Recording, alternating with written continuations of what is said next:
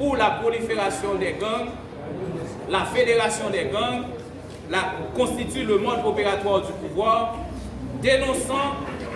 les pratiques de kidnapping, le règne de l'insécurité généralisée, le grand banditisme, l'impunité, dénonçant l'assassinat de plus d'un millier de citoyens et l'organisation de plus de 10 massacres dans les quartiers défavorisés, dénonçant la mise en place d'un conseil électoral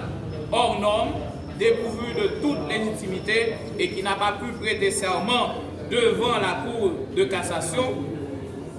dénonçant les dernières exactions et brutalités policières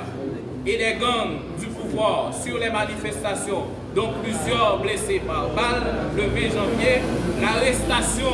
de l'ex-sénateur et une dizaine de militants au cours d'une manifestation pacifique à Miragoâne, ainsi que les menaces de mort, de persécution subies par le juge Renaud Régis, magistrat instructeur sur le dossier de l'assassinat du bâtonnier Montferrier d'Orval,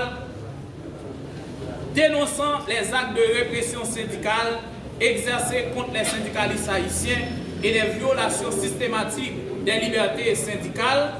dénonçant les manœuvres du régime cherchant à faire obstacle au procès Petro-Caribé, des différents massacres orchestrés par le pouvoir et de dilapidation des fonds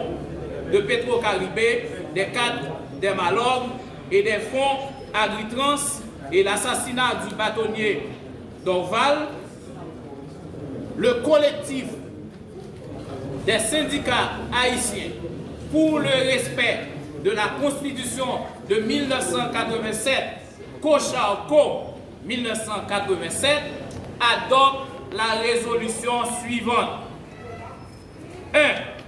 Appelle le peuple haïtien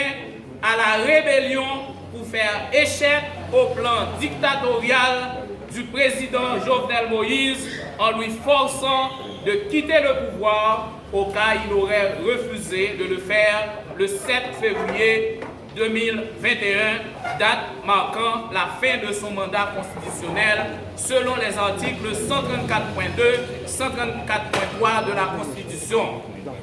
Appelle la communauté internationale à travers le Bureau intégré des Nations Unies en Haïti, BINU, l'OEA et les ambassades à